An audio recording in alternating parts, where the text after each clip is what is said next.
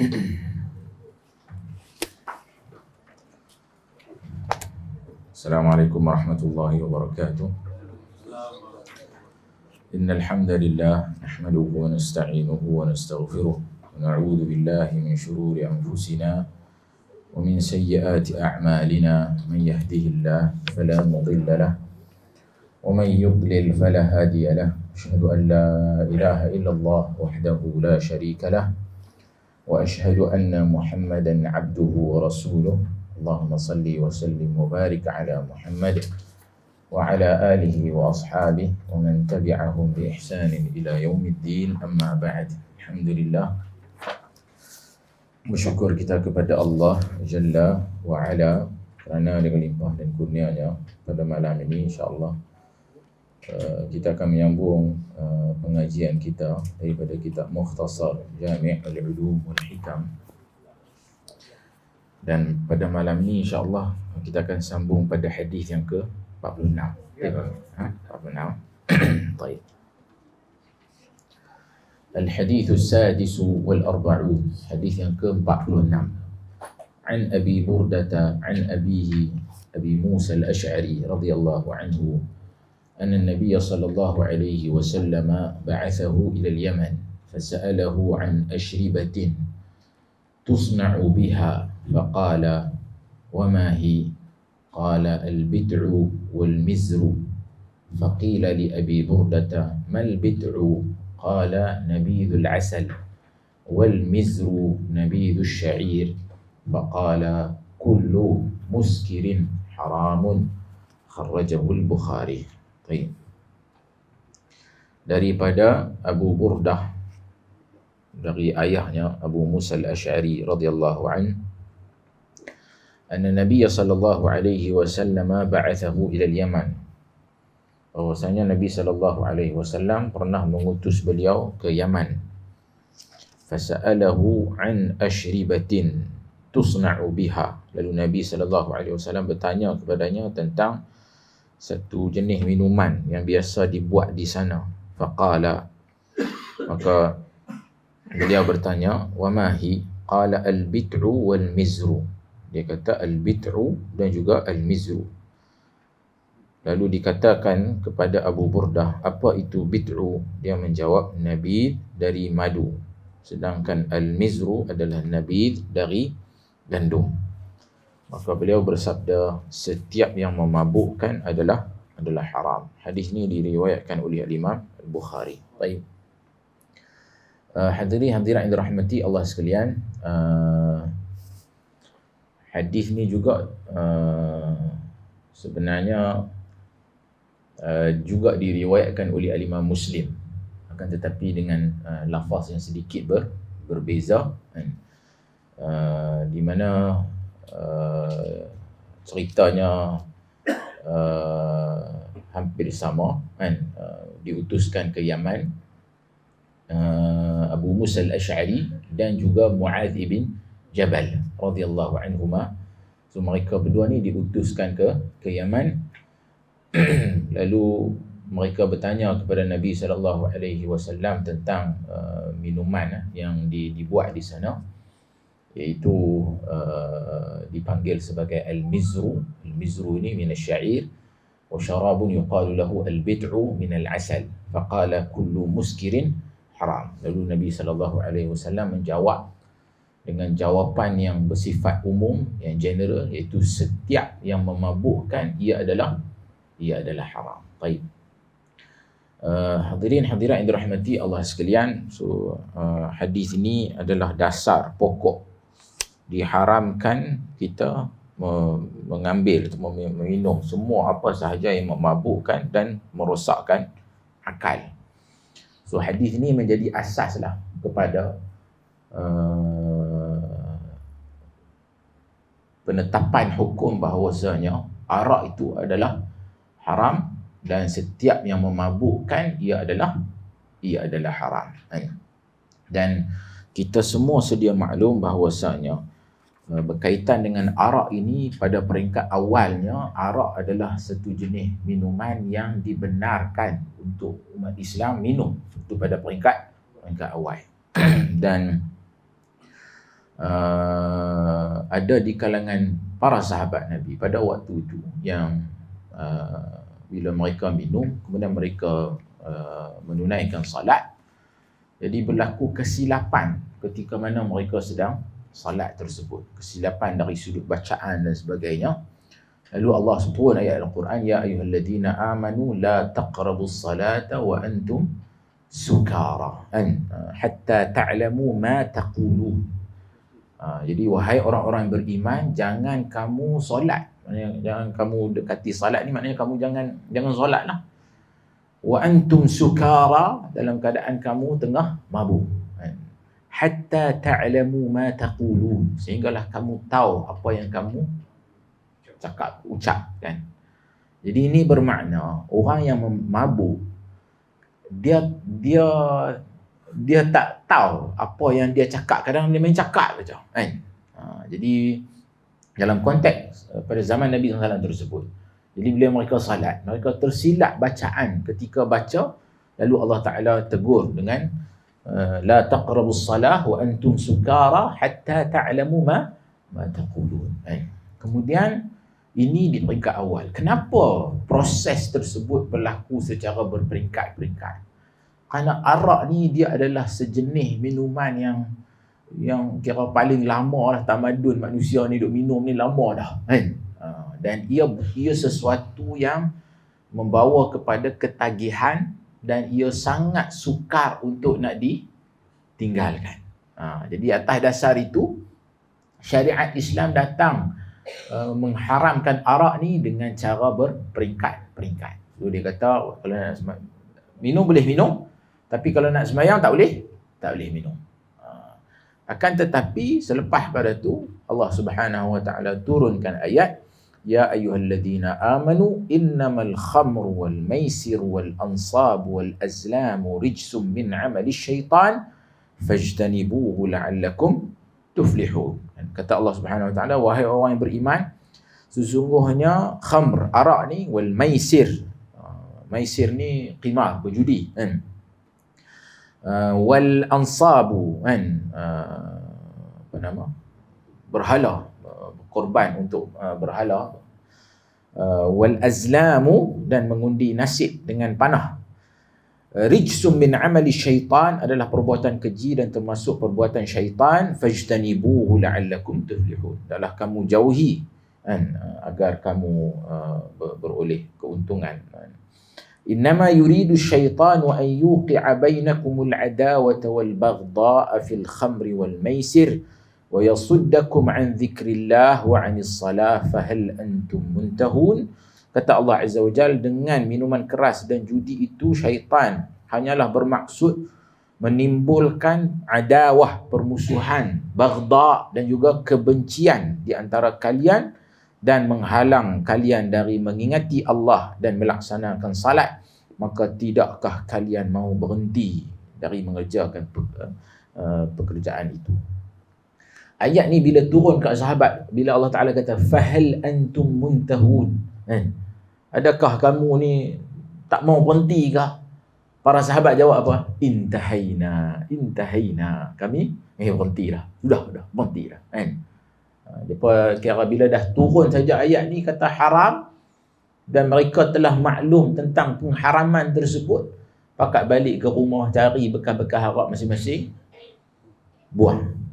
Kotlah memanglah kan, tapi last kan,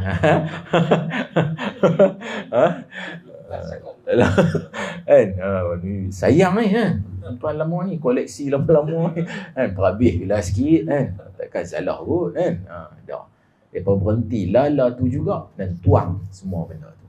Dan daripada ayat ini kita dapati antara illah sebab pengharaman tersebut dinyatakan adalah dia menyebabkan berlakunya permusuhan kan, adawah wal baghdha, pergaduhan, permusuhan, saling membenci antara satu sama lain. Kerana bila orang tu dia mabuk, dia akal dia tidak boleh berfungsi seperti mana orang normal. Maka atas dasar tu kadang-kadang dia akan bercakap benda yang tidak sepatutnya, dia mengamuk tak tahu punca, dia marah kan. Jadi boleh menyebabkan pergaduhan sampailah ke tahap boleh menyebabkan sampai ke kematian. Sebab itulah mereka, para ulama menyifatkan arak ni sebagai ummul khaba'ith, ibu kepada segala bentuk maksiat.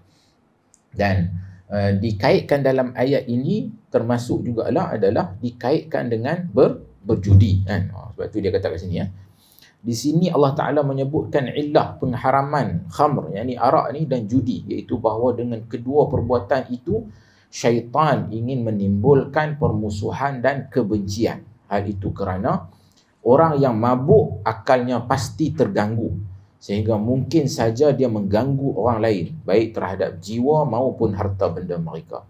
Bahkan bisa jadi sampai pada pembunuhan, dan ia adalah induk dari segala perbuatan buruk. Maka siapa yang maknanya ambil je lah, minum je, bisa jadi dia membunuh dan berzina, bahkan melakukan kekufuran. Dan siapa yang melakukan judi lalu dia dikalahkan sehingga hartanya diambil secara paksa sehingga tidak tersisa baginya sedikit pun, maka rasa bencinya memuncak kepada orang yang mengambil hartanya tersebut. Jadi dalam ayat ini Allah Ta'ala menyifatkan innama yuridu syaitan an yuqi'a bainakumul adawata wal baghdha fil khamri wal maisir. Dua benda ni dikaitkan menjadi sebab pengharaman tu kerana dia mengundang kepada permusuhan dan juga pergaduhan antara arak dan juga judi ni kan. Arak ni macam dikatakan tadi kan, dia akan kedua-duanya ada unsur ketagihan. Arak boleh ketagih, judi pun boleh ketagih. Sebab tu kita tengok orang yang terjebak dalam judi ni kan, memang agak sangat sukar untuk nak ditinggalkan, kerana iyalah kan, dia sehari ada hari dia tengok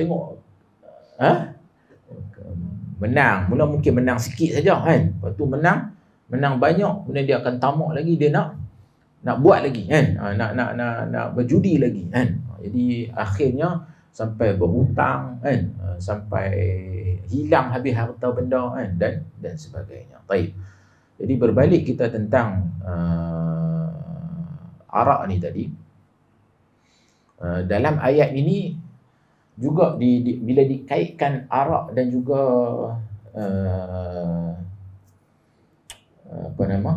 judi ni, disifatkan juga kedua-duanya ini menghalang kita daripada mengingati Allah Subhanahu wa Ta'ala. Kerana disebabkan oleh kita ketagih dengan benda tu, akal kita tidak boleh berfungsi dengan sempurna, maka menyebabkan kita lalai daripada mengingati Allah Subhanahu wa Ta'ala. Ali radhiyallahu anhu pernah diriwayatkan daripada beliau yang mana satu hari dia nampak orang duk main chess, ataupun bahasa Arab panggil syitranj. Betul chess kan? Chess. Catur. Ali kata apa? Ma hadhihi at-tamathil allati antum laha akifun. At-tamathil ni apa? Tamathil ni adalah berhala kan? Jadi Ali tengok orang duk main chess, dia kata ni hampa ni macam apa nama? Dia macam mentashbihkan, menyamakan seolah-olah macam orang yang duk sembah berhala. Oi, berat ni. Sebab itulah main chess ni haram. Habislah kalau tuan-tuan. Balik pergi buang Macam mana? Tentang tahu perbahasan di kalangan fuqaha tentang masalah main chess ni, tak sikit lah maknanya yang mengharamkan main chess ni. Pasal apa? Pasal dia ni satu permainan yang melekakan kita kan. So bila kita main, dia melibatkan apa? Kita nak susun strategi macam mana nak lawan dan sebagainya. Kemudian dia pula dikaitkan dengan apa? Ya kan, ini mainan yang main daripada orang Kristian lah, Pope dan sebagainya ni. Mereka duk susun benda tu untuk mereka main tu untuk nak mengasah, yalah, selain mengisi masa lapang, untuk nak strategi dan sebagainya kan. Jadi benda tu main kepada orang Arab dan mereka pun main. Dan Ali bila nampak benda ni, Ali menyifatkan macam seolah-olah mereka ni sedang berhala kan. Oh, kalut ni kan. Jadi tuan-tuan balik buang lah. Okay. Al-Imam Al-Baghawi dalam Syarh Sunnah dia kata, ulama telah berbeza pandangan tentang keharusan bermain dengan chess ni. Dia kata farakhasa fihi ba'dhum, sebahagian ulama membenarkan. Dia kata yang ni sebenarnya membantu untuk kita melatih mental kita, macam mana cara nak berperang kan, kita nak melawan musuh dan sebagainya. Dia kata itu.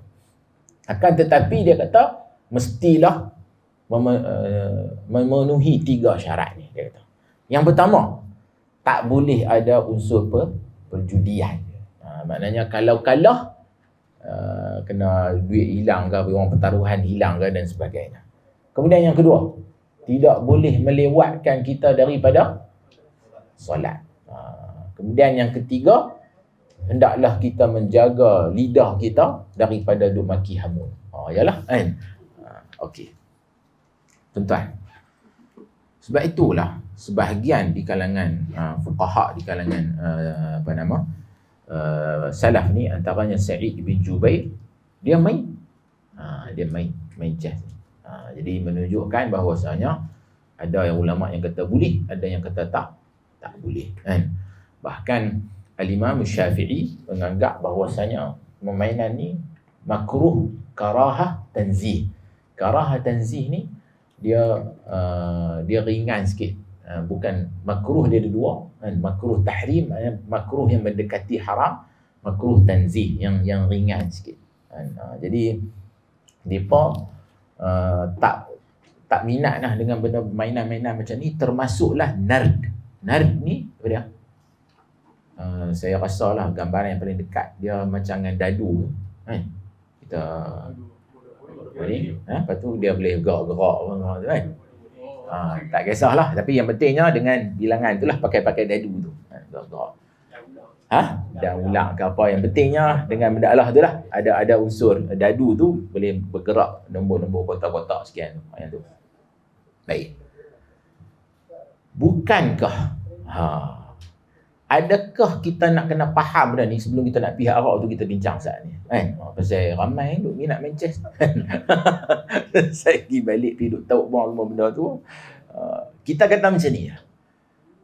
Chess ni dia adalah satu permainan. Termasuk dam, termasuk dia sebenarnya banyak lagi benda ni. Dia bukan yang satu jenisnya, dia ada banyak jenis. Jadi permainan sebegini dia boleh dimasuki dengan unsur judi tu. Dan benda ni bukan setahun dua ni. Benda ni ribu tahun dulu orang duk main benda-benda macam ni, permainan ni, dan dimasukkan elemen perjudian di situ. Lalu Islam haramkan hak judi tu. Sebab apa? Judi ni membawa kepada adawah wal baghdha yang disebut dalam ayat tadi. Jadi kalaulah chess tu ada elemen tersebut, dan kita kena ingat dalam fiqh ni kan, ada kaedah menyatakan al-illatu taduru ma'al hukmi haitsu darat kan.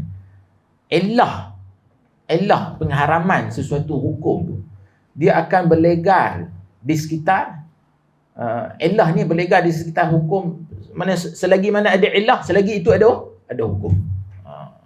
Maksudnya kalaulah sebab pengharaman tu ada pada hak judi tadi tu, ada juga pada permainan lain, maka dia membawa kepada hukum tadi. Banyak game yang ada kaitan dengan judi ni. Kebanyakan game ada. Bola sepak. Ni pakat baru kena demam 7-0 lah apa ni. Pakat duk lawan kata mengata ni. Bukankah disebut tadi tu? Kan? 3 syarat yang Al-Baghawi sebut tadi tu. Pertama, jangan ada unsur perjudian. Jadi kalau main bola tu ada unsur perjudian. Okey, malam ni game apa? Saya tak tahu malam ni game apa. Tak tahu. Saya tak tahu kan. Saya ni memang tak minat bola kan. Cuma hanya waktu World Cup tu saja-saja buat macam minat kan. Jadi sonok-sonok je sikit lah. Orang yang ada game, contohnya malam ni, tak kisah kelab ke ataupun ni kan, Manchester lawan Liverpool ke apa, contoh kan kita bagi kan. Jadi kita malam ni berapa kita letak ni kan. Okay, semua orang 100 ke 500. Menang dapat sekian, kalah tak ada apa-apa, habis kan. Hilang hangus duit tersebut. Kalau ada unsur tersebut termasuk dalam judi. Ataupun dia boleh jadi dalam nilai yang kecil. Umpamanya semua pakat pergi tengok bola dekat satu kedai mamak. Penyokong Manchester, penyokong Liverpool. Kalah semua malam ni hang bayar. Nampak? Tengok. Jadi asalnya tu bola tu dia adalah satu sukan. Tu. Kemudian syarat yang kedua dia sebut apa tadi? Jangan menyebabkan kita lalai daripada solat. Jadi kalaulah main bola tadi tu sampai melalaikan kita daripada solat, termasuk adalah masalah ni? Termasuk. Kemudian yang ketiga, menyebabkan kita saling caci maki hamu antara satu sama lain. Ni busakan kan? Bola je pun kan. Dia mungkinlah peringkat awal tu dia main sindiak-sindiak lah, masuk buah lah apa. Saya pun tak nak faham dia punya istilah ni kan. Lepas pada tu dia main kepada caci maki kan, dan sebagainya. So dengan benda ni tuan-tuan pilah kepada mana-mana bentuk sukan yang lain, badminton ke, pingpong ke, kayuh basikal ke, apa lagi, bowling ke, semua bentuk kan. Termasuk permainan yang kita duk rasa macam tak ada apa-apa tadi tu, dam haji ke, dam siapa dia panggil naik haji ya? Pak Haji pun main juga. Lepas double tu dia Gostan belakang, depan belakang. Oh, kira Pak Haji makan gila kan gimana? Dia buat atas tu tayak. Jadi termasuk juga apa lagi? Monopoli ke apa lagi? Banyak sebenarnya, banyak dan sangat luas masalah ni kan. Jadi sebab tu kita tak fokus kepada satu bentuk permainan sahaja, tapi kita merujuk kepada apa sahaja elemen yang ada unsur-unsur tadi tu, maka yang tu kita kena tinggalkan. Nampak? Jadi selagi mana tidak ada elemen tersebut, dia kembali kepada hukum yang harus. Termasuk tuan-tuan nak pergi main apa nama tu? Snooker ke kan? Snooker tu nampak macam takut. Saya tahu saya di Arab Saudi. Masa saya di Madinah. Dia ada buat depa buka pusat snooker dan juga bowling. Di Madinah masa saya tahun yang berapa mengaji. Jadi saya pergi kan. Saya tengok dalam pusat snooker dan bowling tu ramai masuk. Yang pakai jubah singkat dengan janggut semua kan. Depa pun main juga. Jadi kita ni lama tak main benda ni kan. Jadi main dengan kawan-kawan. Masuk waktu solat, dilaungkan azan dalam pusat bowling tu. Tuan-tuan boleh bayang ni ada kau di Malaysia ni jenis begitu? Tak ada kan. Lepas pada tu depa semua hampak sejadah yang Tok Syekh yang duk main snooker tadi tu, pakai jubah janggut panjang tu, dia nak jadi imam. Kami pun mayang kali dengan dia. Habis pergi salam, zikir sat, gulung lepas tu sambung balik snooker. Kalau lagu tu okey, tak apa. Dia kembali kepada hukumnya yang asal tadi kita kata harus. Tapi kita tak boleh nak bayang bentuk lagu tu di pusat snooker di Malaysia ni. Pasal masuk dengan gelap punya kan, lagu bubang kan. Adakah orang duk pi apa azan ke amal sembahyang? Tak ada kan. Jadi itulah kan. Orang duk kata macam-macam lah kat Arab Saudi ni, tapi saya rasa dalam bab ni tak boleh lawan lah dalam masalah mereka mengutamakan solat kan. Baik. Jadi berbalik pada masalah tadi tu, kita katakan selagi mana ada benda-benda yang disebutkan tadi, maka itu juga termasuk antara permainan yang diharamkan kerana ia melalaikan kita dan boleh membawa kepada, mengundang kepada permusuhan dan juga pergaduhan. Baik. Hadirin hadirat yang dirahmati Allah sekalian. Berbalik ini dia kata, dan Allah Subhanahu Wa Taala telah mengkhabarkan bahawasanya syaitan menghalangi manusia daripada berzikir, yakni mengingat dan menyebut Allah dengan khamr dan judi, dan juga dari mendirikan salat, kerana orang yang mabuk akalnya hilang atau terganggu, maka dia tidak bisa berzikir, yang mengingat dan menyebut Allah, dan tidak pula mendirikan salat. Begitu pula judi menghalangi manusia berzikir, mengingat dan menyebut Allah, dan dari mendirikan salat, kerana orang yang melakukannya terpaku penuh perhatian dengan hatinya sehingga menyibukkannya dari semua kemaslahatan dan tugas-tugasnya, hingga hampir tidak bisa mengingatnya kerana saling fokusnya pada judi tersebut. Jadi orang yang sangkut dengan benda ni, dia memang tak boleh nak fokus dalam hidup dia kan. Fokus dia utama adalah pada benda tu. Dan lihat bagaimana syaitan membawa orang lebih jauh lagi. So daripada judi tu, asalnya dia adalah judi. Tapi bila judi ni dia melibatkan, contohnya tikam ekor tu kan. Apa dia? 4 digit 4 digit tu. Yang tu. So asalnya kita nak kena ambil nombor tu. So kalau kita kenal nombor tu, dapatlah hadiah. Lalu syaitan punya permainan ni sampai ke tahap asalnya kita sangkut dengan tu. Kemudian kita mula cari apa kaedah untuk nak mendapatkan nombor yang betul.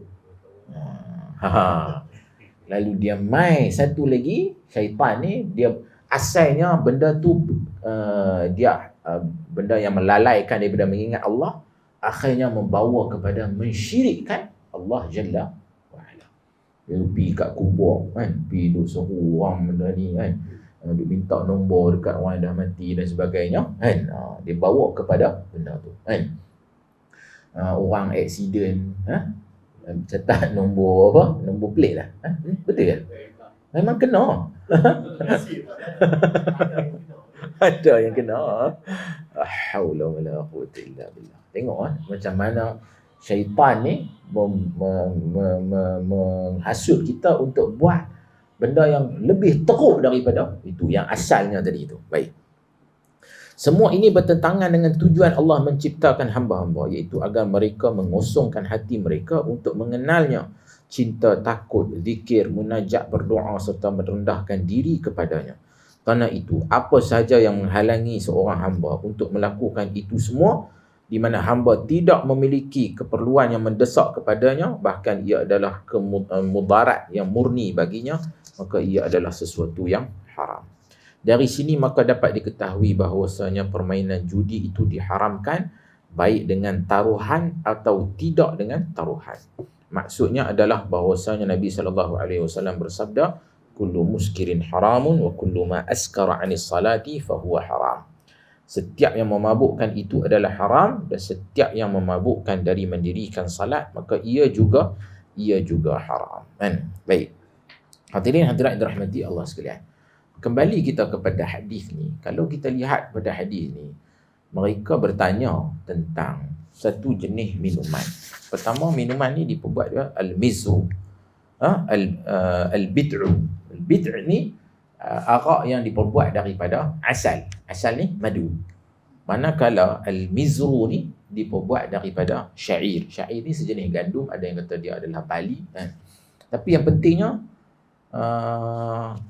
ia adalah sejenis minuman yang boleh menyebabkan kita mabuk. Dan di sisi fuqaha, mereka berpandangan bahawasanya semua jenis minuman yang memabukkan, tak ambil kira dia diperbuat daripada bahan apa.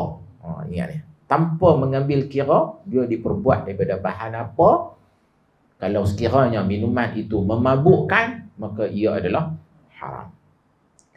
Akan tetapi ada perbezaan pandangan di sisi fuqaha ahli Kufah, kan? Sebab yang dinisbahkan kepada mazhab Hanafiyah, yang mana mereka ni berpandangan bahawasanya arak ni yang disebut khamr ni hanyalah daripada anggur, inab sahaja. Jadi selain daripada itu, kita tak boleh anggap hukum dia sama macam khamr yang disebut sebagai. Sebab mereka kata orang Arab atau khamr ni, ia adalah minuman yang memabukkan yang diperbuat daripada anggur. Anggur yang telah diperap, kan?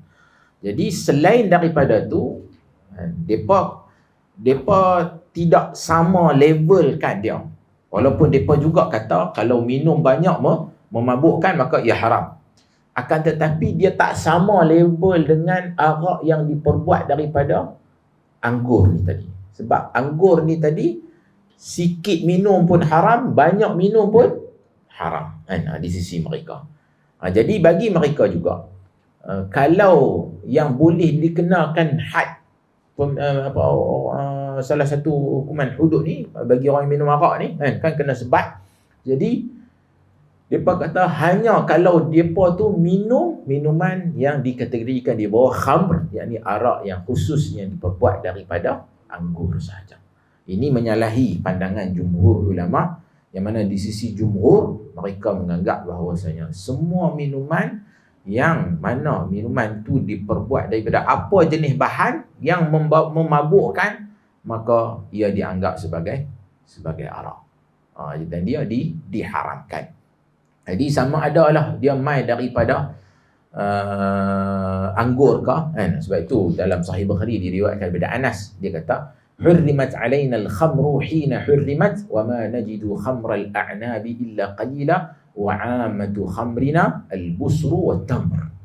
Anas kata, kan, arak ni waktu dia diharamkan, pada waktu tu arak yang diperbuat daripada anggur ni sikit saja. Kebanyakan arak kan yang pada waktu tu diperbuat daripada busr dan juga tamr. Busr ni merujuk kepada buah kurma yang tak masak lagi, manakala tamr adalah buah kurma yang dah kering dah, tamar tu lah, kan, yang kering yang kita nak makan bulan-bulan puasa tu. Yang tu maknanya kebanyakan arak diperbuat daripada itu, kan. Jadi adakah kita nak kata bahawasanya ia hanya arak yang diperbuat daripada anggur saja haram, hak lain daripada tu tak haram? Tak boleh lah, kan. Kerana illah, sebab pengharaman tersebut masih ada, yakni dia memabukkan, menghilangkan akal, yang seperti mana yang dinyatakan di awal tadi.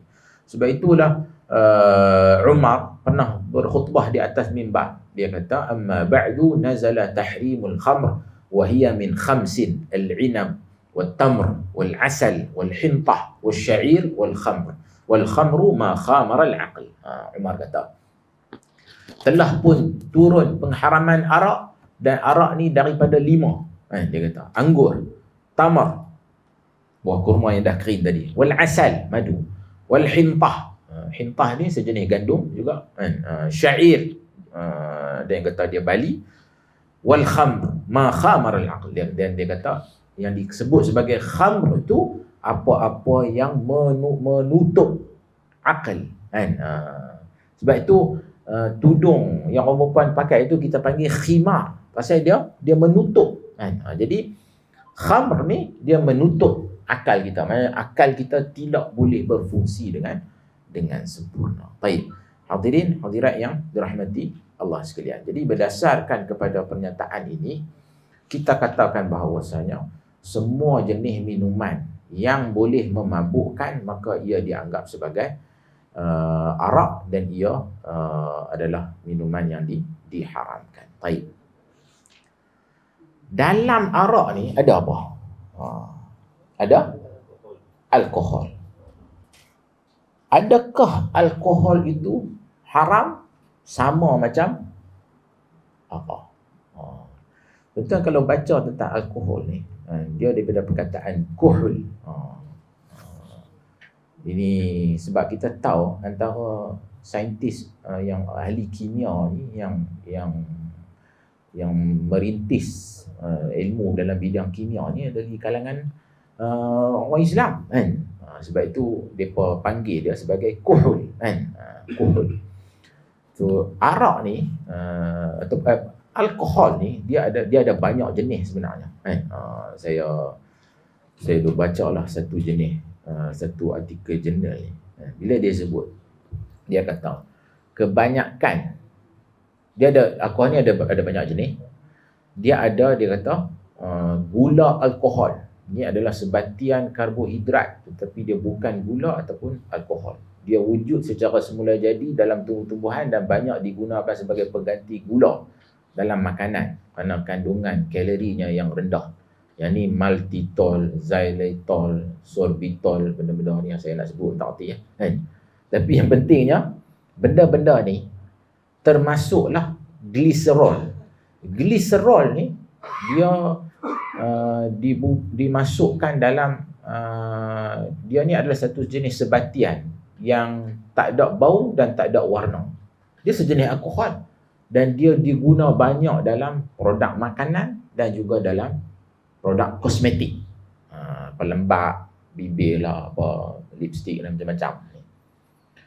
Jadi ada alkohol haram ke semua benda? Macam mana? Ni ramai duk pakai kan. Kita nak kira lagu mana.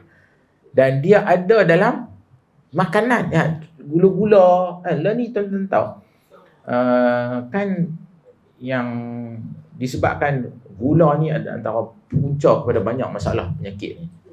Jadi depa cari pengganti gula yang kalori dia rendah.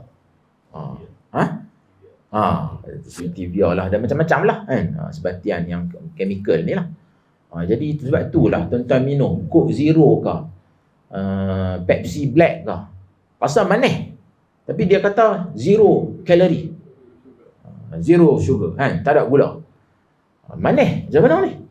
Dia sebenarnya dia tak ada kalori itulah. Gula hak masalah tu. Tapi dia manis-manis juga.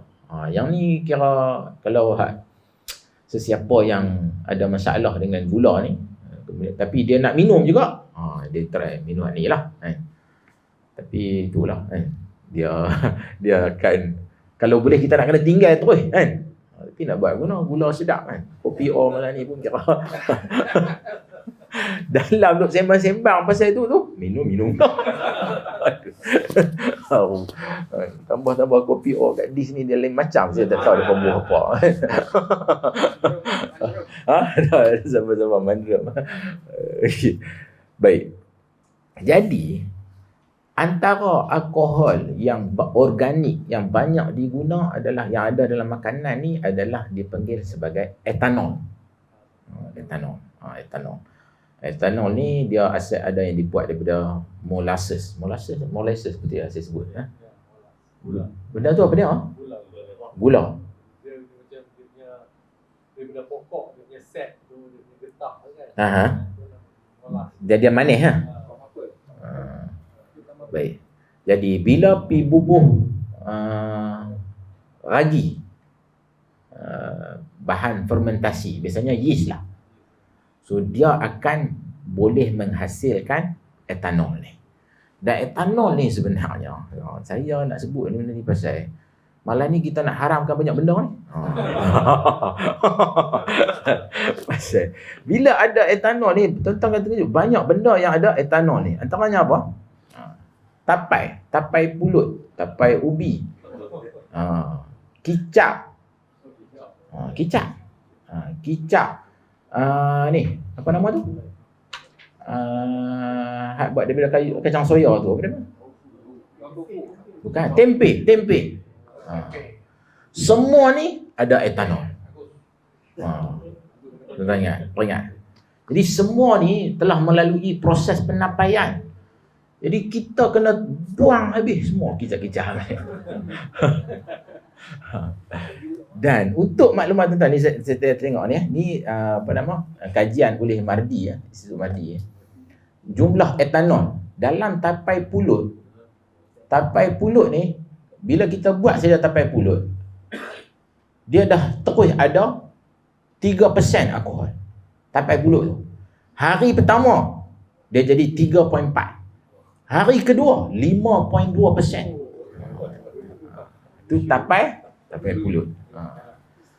Jadi tuan-tuan tahu tak, had maksimum kadar alkohol yang dibenarkan oleh pihak JAKIM, tuan-tuan tahu berapa persen? 1%. Jadi tapai pulut ni. Oh, tak boleh dah. Jangan tuan-tuan. Sedap tu kan? Allahu Akbar. Makan dengan aiskrim lagi? La haula wala quwwata illa billah. Semua pakat kena bertaubat. Kena tinggal habis semua. Sebab masalah dia, bila kita tapai sahaja, memang proses penampaian tu menghasilkan etanol. Di Arab Saudi, bulan puasa ni akan ada satu minuman yang biasa orang jual tepi-tepi jalan. Dia panggil la ilaha illallah, lupa dah. Sobia. Sobia. Tuan-tuan kalau tanya orang Arab Saudi, orang Mekah ke Madinah ke, mereka suka minum minuman ni. Nama dia Sobia. Sobia. Dia ada versi warna putih, ada versi warna merah. Dia ni, minuman ni diperbuat daripada roti gandum ni tu. Dia cari-cari buah lantun, buah ayak, buah yeast sikit, tu dia tapai kan dia. So bila dia tapai, dia akan lepas tu dia tapis, dia ambil ayak dia akan menghasilkan minuman yang manis yang ada rasa tapai tu sikit. Tuan-tuan tahu tak rasa tapai tu lebih mana? Kan? Benda yang ditapai ni dia ada rasa satu macam sikit ujung tu. Kan? Sebab tu dia ni jadi manis tu, pasal memanglah gula tu kan, benda tu terhasil melalui proses kimia penapaian tu lah kan. Dan dia ada, kalau tuan-tuan pergi check berapa persen ada dalam tu, tinggi kan. Sama macam orang duk minum ayak tapai, dia tak orang minum ayak tapai kan. Ayak tapai.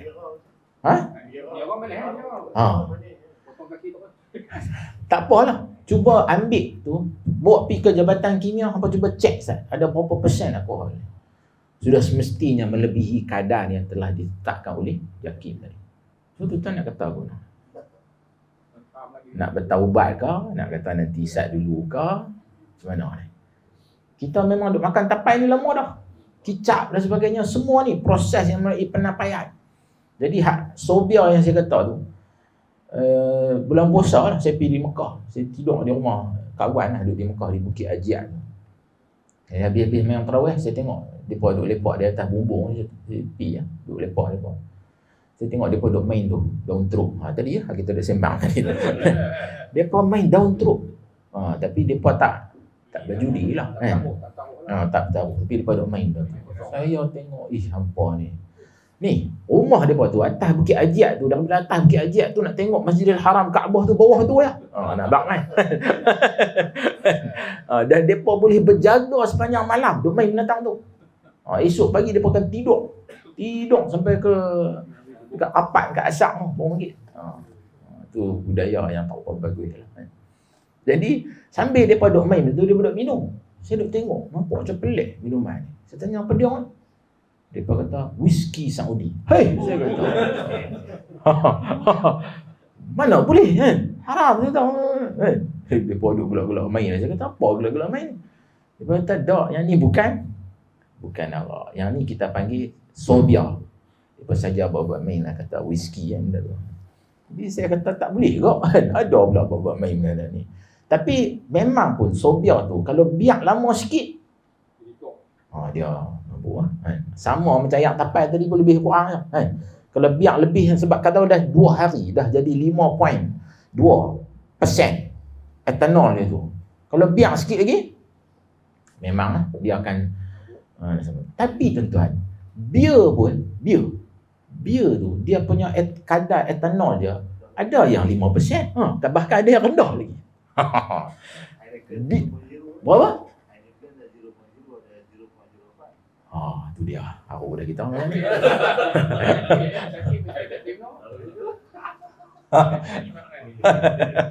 Sebab tu saya baca jurnal ni. Penulis jurnal ni kan, dia ni dalam jurnal fiqh. Anissa Abdul Ghani dan Muhammad Safri. Depa buat main dengan satu idea. Depa kata kita tak boleh main dengan benchmark peratusan alkohol tu. Sebab dia kata akan bawa jadi kita jadi tak konsisten dalam menghukum kan.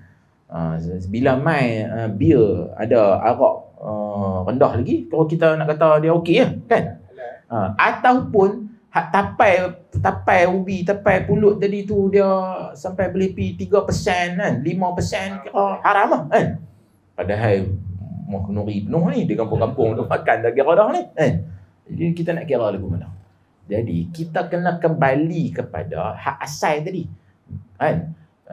Kullu muskirin haram. Semua yang memabukkan maka ia haram. So kita tak boleh pi kepada benchmark tentang persentage tu. Kita kena pi kepada yang memabukkan.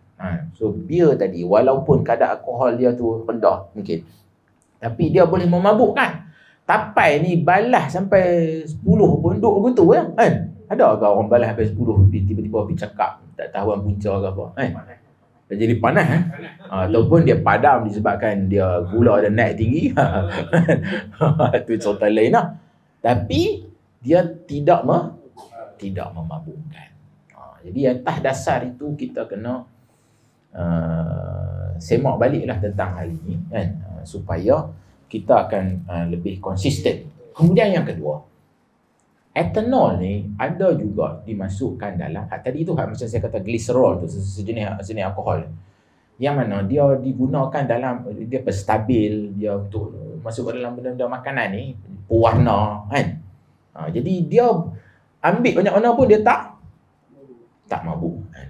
Dan satu lagi tuan-tuan kena faham, etanol ni tuan-tuan kalau minum kosong secawan ni tuan-tuan mati. Dia tak boleh minum pure kosong macam tu je, tak boleh. Etanol tu saja-saja dia adalah sejenis sebatian kimia alkohol lah kan. Dan kalau kita minum saja tu kita boleh mati. Sebab tu arak ni pun kalau tak kena cara buat dia boleh mati kan. Macam Samsu kan di India kadang depa buat cara buat tu macam tak kena kan. Dia kalau depa kata kalau buat melalui kaedah penyulingan, dia akan kadar alkohol dia akan jadi lebih tinggi lagi kan. Tapi kalau tak kena silap kena cara, boleh menyebabkan keracunan dan orang boleh mati kalau minum tu kan.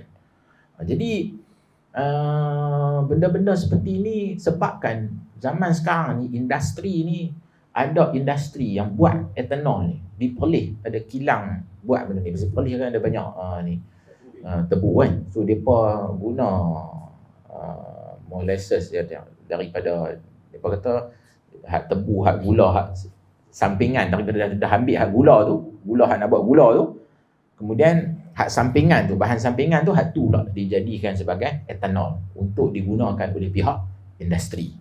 Yang mana industri ni guna untuk macam-macam jenis produk. Jadi kacau kat tuan-tuan kan. Kalau kita kata dia alkohol ni haram, semua jenis alkohol dalam arti kata sebatian kimia tu kita kata dia haram. Payah kat tuan-tuan kan. Banyak benda ni dia kaitkan dengan makanan yang kita makan hari-hari ni pun ada kan. Macam-macam lah kan. Jadi atas dasar tu kita kena lebih teliti dalam bab ni. Jadi senang ceritanya, makanan, minuman ni kalau ada logo halal jaki tu tetap minumlah. Itu saja. Itu lah. Tapi kalau tuan-tuan ragu-ragu, was-was. Contohnya apa? Ada satu minuman, orang Arab ni suka dia minum. Dia kedai-kedai Arab bawa masuk barbican. Kan? Ada yang dari Iran, ada yang dari UAE buat. Dia ada banyak jenis lah kan. Masa saya duduk di sana, saya duduk tengok dia jual dalam TS ni, yang botol aku tu kan. Saya, yang betul ya. Lepas tu saya duduk tengok kawan-kawan ni, tak duduk mengaji kali ni. Dia pun ambil minum itu lah. Saya kata, apa boleh minum tu lah? Dia kata, tak ada apa lah. Ni, dia kata syair daripada ni lah, apa, Bali kan, gandum ke apa kan. Dia kata, okey, bagus. Dia kata, kalau kita kencing sangkut-sangkut ke apa kan, minum tu bagus. Oh, tapi tengok botol tu menakutkan. Pasal design dia tu kan. Tapi saya duk tanya kawan-kawan, tanya Tok Syekh, ada yang kata okey je boleh minum, tak ada masalah. Saya pun minum kan. Jenis mata tu dia kata yang pohon yang korang tak ada pohon kuning mata. Baik, satu sama. Tak mabukkan kan kuning mata. Betul, tapi kilang yang sama. Company ni dia akan ada kaitan dari sudut tu pula kan. Dijual bebas kan. Berzah cari syarikat lain lah yang memang mengeluarkan minuman yang dalam bentuk begitu kan. Kita di Malaysia ni ada juga anggur kan. Dalam botol yang nak macam dengan wine tu kan. Itu pun satu haru lah kan. Saya pernah lah pergi ni kawan-kawan kita lah di sahabat-sahabat Cina kita di KL kan. Saya ada program pun saya ikut je teman. Jadi dah tidur di rumah dia pun malam tu kami duduk sembang-sembang tu, dia keluar lah ayam tu. Saya tengok, lepas tu kan dia ada macam kan tah kilat tu, pokok tu, orang dia pusing-pusing tu, pokok tu, pam, meletup. Lepas tu dia bawa keluar gelas tu, gelas tangkai tu. Saya kata dia ni biar betul kan. Tadi yang gula sunnah semua benar. Tiba-tiba malah ni kita nak balas ni biar betul. Lepas tu dia kata tak apa Ustaz. Dia tengok saya dah lain macam dia kata tak apa Ustaz, ni tak ada apa. Saya tengok botol ni semua ada halal semua. Saya tengok ya ada halal. Rupanya dia sparkling kan. Sparkling. Cuka pula macam mana? Cuka kita bayar.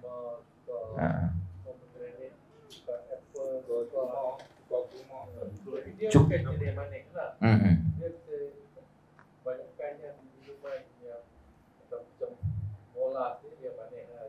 Sampai semua manis. Tapi bukan manis, dia jenis masam. Boleh, tak ada masalah. Cuka okey. Cuka ada yang buat daripada anggur, ada daripada buah delima, ada daripada apple.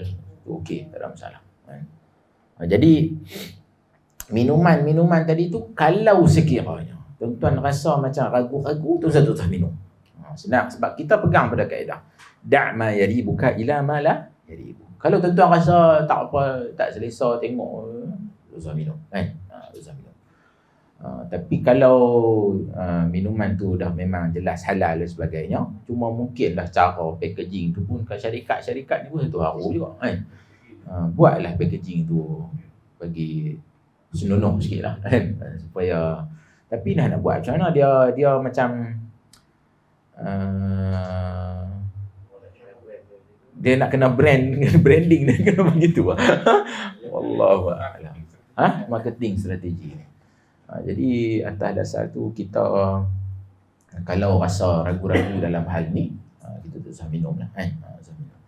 Dan kita kena ingat asas dalam bab ni adalah bukan merujuk kepada bahan tu, akan tetapi maknanya kita tak mengkhususkan pada bahan tertentu sahaja. Apa sahaja yang boleh menyebabkan rosak fungsi akal kita, maka atas dasar tu ia diharamkan. Sebab itu kita kata dalam bab ni ada yang sebab tu tentang kalau tengok muka surat yang 412 tu dia kata apa? Dan ketahuilah bahawa zat yang memabukkan dan mengganggu akal tu ada dua macam. Pertama, apa yang memiliki rasa nikmat dan memabukkan, maka inilah khamr yang diharamkan untuk diminum. Jadi sama ada baik yang memabukkan itu beku atau cair, baik ia berupa dimakan atau diminum, baik dari jenis biji-bijian, buah-buahan, susu atau lainnya. Jadi yang ni semua memang tak boleh. Jadi yang ni sama ada kita tuang masuk dalam makanan pun tak boleh. Yang ni kawan-kawan dalam industri kulinari ni Depa sebutlah kan orang putih ni, dia mazhab masakan ni dia dah banyak lah kan. Ada French lah, ada macam-macam lah kan, punya Itali punya mazhab juga. Tapi depa ni memang tak lari daripada bila buat sos akan masukkan arak kan. Depa buat pasta punya sos tu kan, bolognese tu kan, pun depa red wine juga kan. Depa buat kek buah tu nak bagi sedap, dia bubuh ram. Betul. Dia bubuh ram kan. Seronok kau kawan dengan geng-geng kulineri ni kan. Dia macam apa, kita macam minat sikit kan benda tu kan. Tapi bila depa cerita yang tu kita jadi pening kepala kan. Kawan saya yang dia belajar di UK dalam bidang ni lah kan. Dia kata kelas depa ni, kelas memasak, maksudnya ada kelas wine. Dia kena rasa wine tu supaya wine ni kalau dihidangkan dengan makanan ni sesuai ke tak sesuai. Nampak kan. Dia sampai tahu tu macam depa macam ni lah kan. Jadi dalam kelas tu semua orang akan dibagi segelas-gelas dan minum lah rasa. Macam mana nak tahu rasa dia mana. Jadi alhamdulillah kawan kita ni iman dia masih kuat, jadi dia tinggal lah kan. Ada kelas kalau cheese, semua jenis segala macam maknanya cheese ni ada kan. Ada kelas kaviar. Kaviar ni sebenarnya telur ikan tu je bahasa. Semuanya depa bagi nama, bagi sedap sikit pasal dia ada jenis telur ikan apa, sturgeon ikan tu kan dia. Jadi dia lain macam cara makan tu, kena tak jari lah mana tangan tu lah makan macam-macam lah kan. Jadi dia benda ni memang menarik lah dari satu sudut, tapi dari satu sudut yang lain dia ada benda-benda yang bermasalah tadi lah. Hatta masakan Cina pun, itu yang itu masak adik mai itu saya duk tanya dia kan. Dia depa duk letak. Ya. Ya, depa suka letak cooking wine tu. Dia masalahnya wine ni bila kita bubuh, depa kan kena bagi kena api tu. Flambe ke apa, flambe ke apa. Tu lah kan. Dia bagi naik tu kan. Jadi kalau dia buat yang tu, alkohol tu akan terbakar. Dia nak hilangkan rasa alkohol tu je. Lepas tu dia kata tak ada lah alkohol tu. Betul ke tak ada tu? Apa? Kalau dia hilang alkohol tu, kalau kita boleh makan tak? Disebabkan alkohol tu telah pun hilang. Kita kata tak boleh pasal dia tu asalnya daripada arak. Saya tengok tu, saya suka dulu tengok dokumentari tu, apa nama tu? Mythbusters. Mythbusters.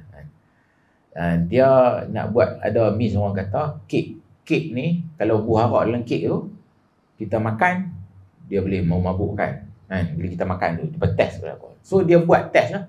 Jadi dia buat kek buah ni, buah arak apa semua, kemudian dia masak, dan dia test bagi kat dia punya ni lah makan.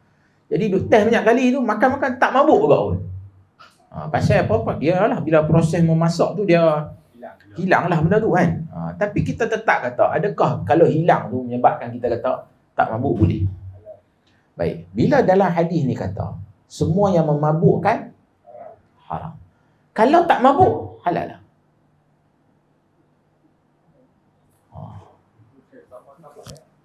Bismillah. Bila lah hadis ni dia kata semua yang memabukkan haram. Jadi illah sebab pengharaman tu disebabkan dia memabukkan. Kalau minum sikit je, cawan, tak mabuk, halal. Secawan halal, 2 cawan halal, 3 cawan dah start mabuk haram. Macam tu cara kita nak faham.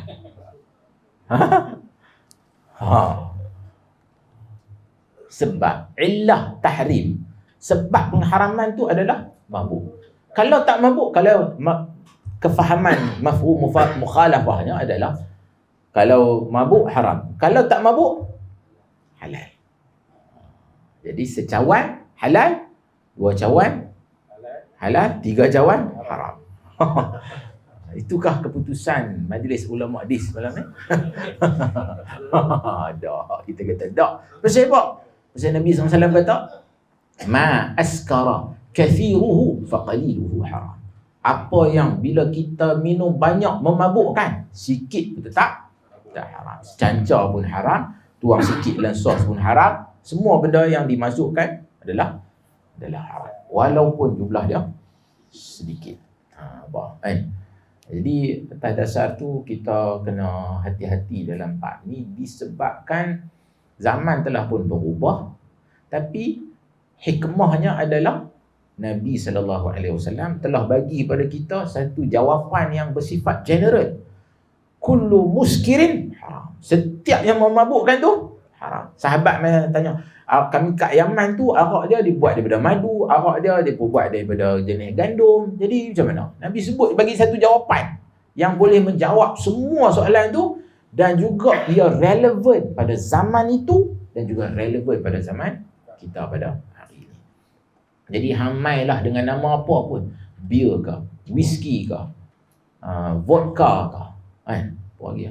Bahkan mereka ni buat benda-benda ni daripada macam-macam. Ada gandum, ada daripada, saya tengok di Mexico tu dia buat daripada macam dengan satu jenis daun nak macam dengan sejenis apa?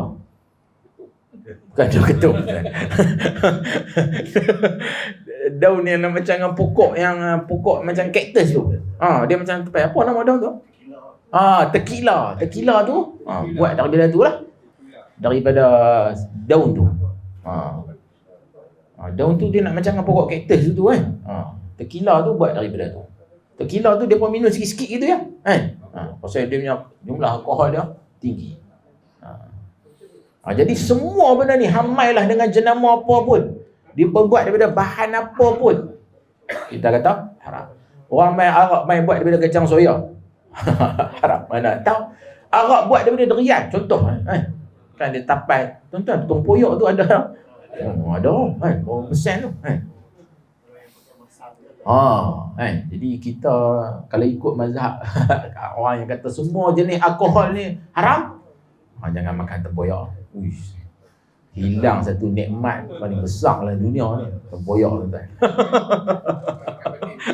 Tempoyak ikan patin pula haula wala quwwata illa billah.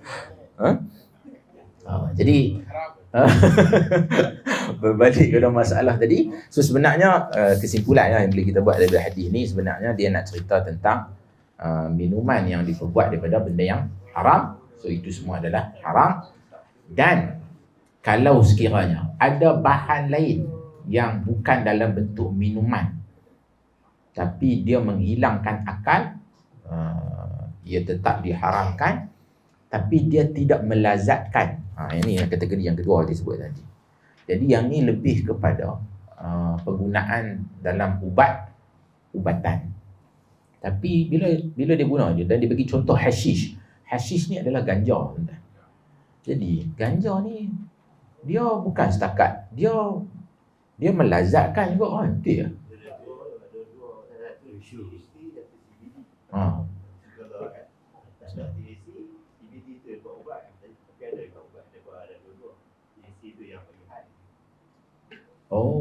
TEC apa?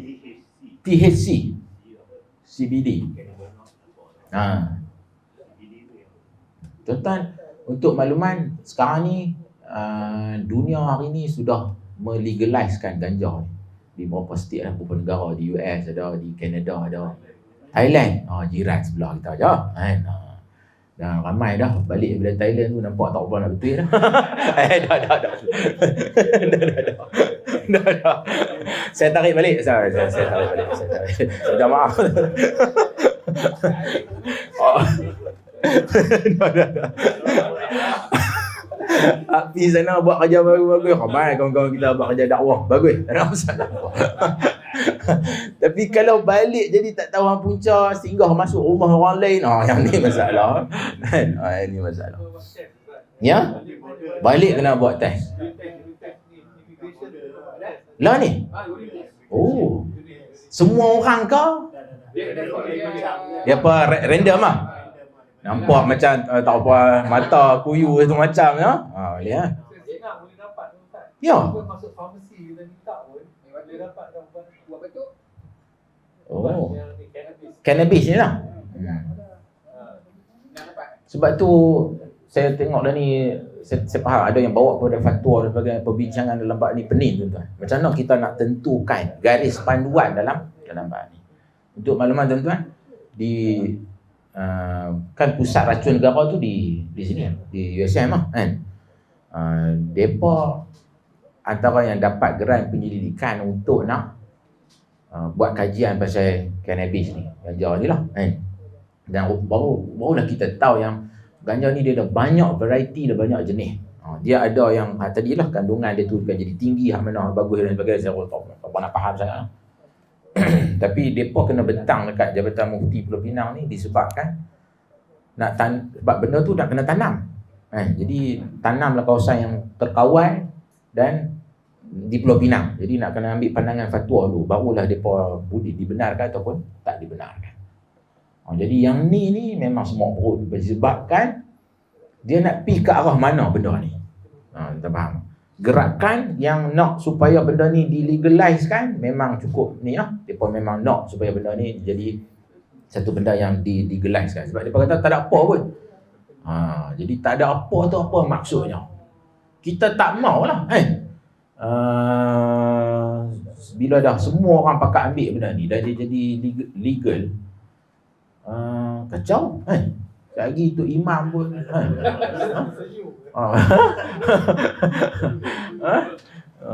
kuliah tu ada ayat yang berulang. Dia tak habis-habis ulang ayat yang sama, tak jumpa ayat yang halal tu.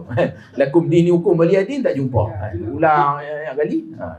Jadi ini antara benda yang kita kena ni lah. Jadi saya rasa tuan-tuan kita kena sabar sikit, bagilah pihak berkuasa, bagi fatwa dan sebagainya teliti betul-betul benda macam ni. Kerana kita bimbanglah dengan banyak lagi implikasi yang melibatkan orang awam ni kan. Baik. Jadi saya ingat kita berhenti takat tu dulu. InsyaAllah kita akan sambung kuliah kita pada masa yang akan datang dengan saya rasa bahaya lah kan. Hadis ke-47 insyaAllah. Wallahu a'lam. اللهم اجعلنا من الذين يستمعون القول فيتبعون احسنه. قولوا قولي هذا واستغفر الله لي ولكم. السلام عليكم ورحمه الله وبركاته.